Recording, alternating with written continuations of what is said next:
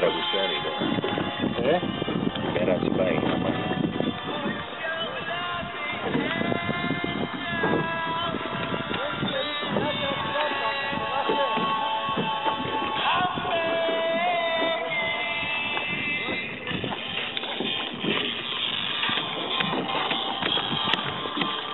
Αν λένε τώρα τον επαγγελματία και καλό επαγγελματία του παππού, λέει αν ρίξει αυτό σαν κύριο τη βάψανε. Κοίτα το Ρανιέρι. Κοίτα το Ρανιέρι από όλα, τον μπαστάρδι.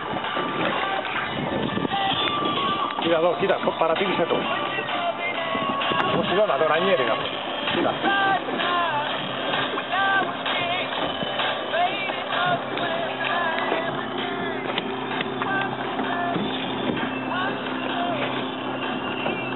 Πρέπει να έχω ένα ψάρι τόσο. Ναι. Όλα, μαλάκα, όλα τα αγκίστρια. Εδώ κοίτα ρε. Έλα, πού είσαι.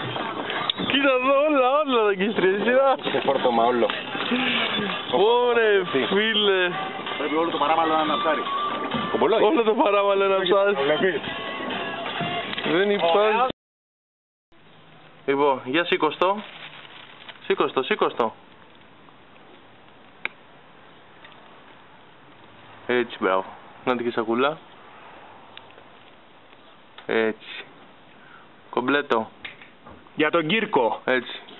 Που μου μέτραγε. Έτσι, 6 κιλάκια. Που μου μέτραγε με τις μηχανές και τα... Seafox.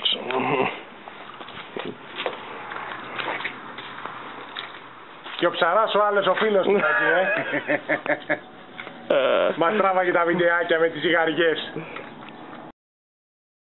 Έλα, έβγαλα κι εγώ. Μαρκό, λίγες. Τι κάνεις, Τι να κάνω, πού να προλάβω τις κουτάνες να μου Εδώ μαλάκα. Θα σου για δες εδώ τι έχει κάνει ο Μαρκός. Μετά στον Κύρκο από τα που μας έλεγε παραγάδια και παραγάδια. Στον Κύρκο από τα Μαρκό, τι κάνεις.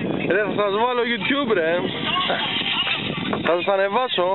Ένα σελτράκ από εκεί, άλλος τζαμάς από εδώ. Κοιτάξτε. Ωραίες μου, καλά,